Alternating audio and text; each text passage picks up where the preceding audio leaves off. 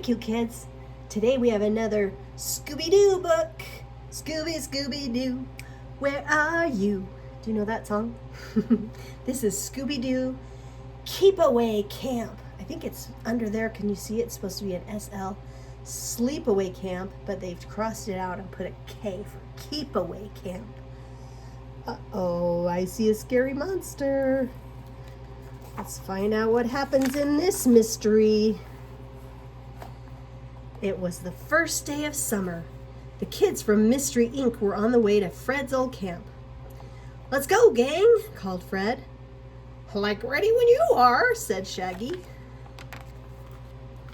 A few hours later, the mystery machine sped up the camp's driveway. "Jeepers, this place looks empty," said Daphne. "The owner, Jasper, told me the camp needs work," Fred said. "Welcome back, Fred," said Jasper. He gave the gang tents and sleeping bags. "Just like the old days, right?" Daphne nodded as dust flew off her tent. Achoo! "You can stay in our best campsite," said Jasper. "I asked Hank to clean it up for you." Hank was pushing a wheelbarrow filled with rocks. "We had a lot of rock slides this winter," Jasper told the gang. Scooby and Shaggy started setting up their tent. "Ruh-roh!" cried Scooby. "The tent fell down on him and Shaggy." "Like, this one's broken," said Shaggy. "You just forgot a pole," said Velma. That night, Jasper and the gang sat around the campfire. "No one comes here anymore," said Jasper. "People believe the legend of Bigfoot." "Bigfoot?" Scooby asked. "What's that?" "A wild ape man," Jasper explained. "People have seen his giant footprints," Jasper went on. "He hides during the day. At night, he goes out to look for food."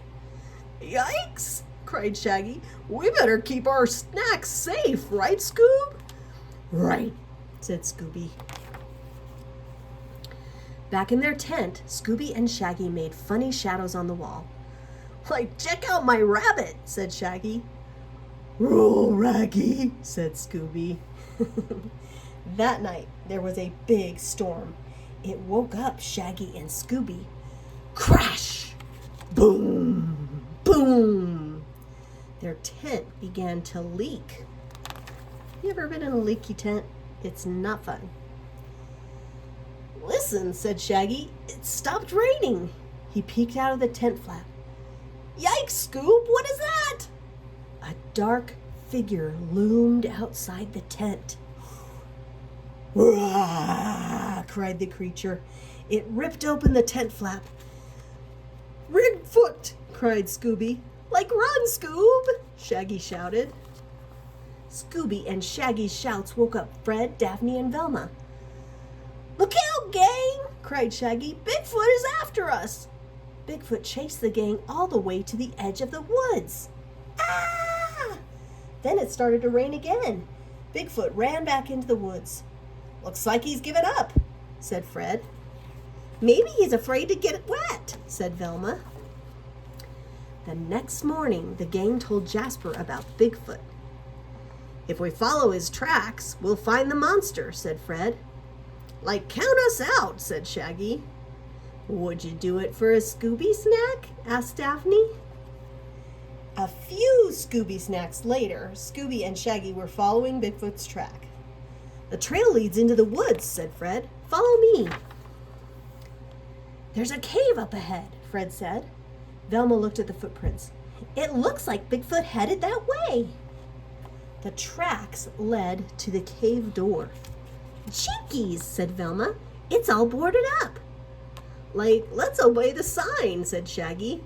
"Rah, let's roll," said Scooby. "Let's take a quick look inside," said Fred. The gang's flashlights lit up the dark cave. Inside, paint cans and rocks lay all over the floor. "Jeepers," said Daphne. "What a mess." The gang started looking for clues. Then Hank appeared. "What are you kids doing here?" he yelled. "Scram before you get into trouble." The gang hurried back to camp. A big truck was parked near the tool shed. "That's weird. Let's take a look," said Fred. The truck was full of rocks. Daphne spotted a clue on the ground. "Look how this rock sparkles," she said. "That's not a rock," said Velma. "It's a diamond painted to look like a rock." Suddenly, Bigfoot appeared. "Roar!" it cried. The kids ran away. "Come on, guys, let's hide in the shed," Fred said. "Looks like we lost him," said Shaggy. The gang looked around the shed. "Here's an axe and a pick," said Daphne. "For mining diamonds," said Velma. "It's time to find out who Bigfoot really is," said Fred. "Scooby and Shaggy, we're going to need your help." As usual, Scooby and Shaggy were the bait in Fred's plan. The two buddies stole some rocks from the cave. Soon, Bigfoot was chasing them again.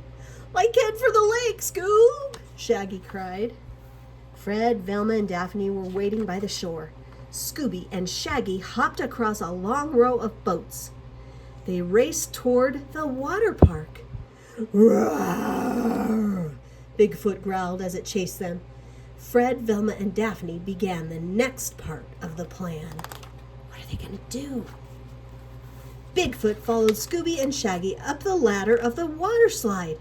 When it got to the top, it was trapped. There was nowhere to go but down. Splash! The water washed off Bigfoot's disguise.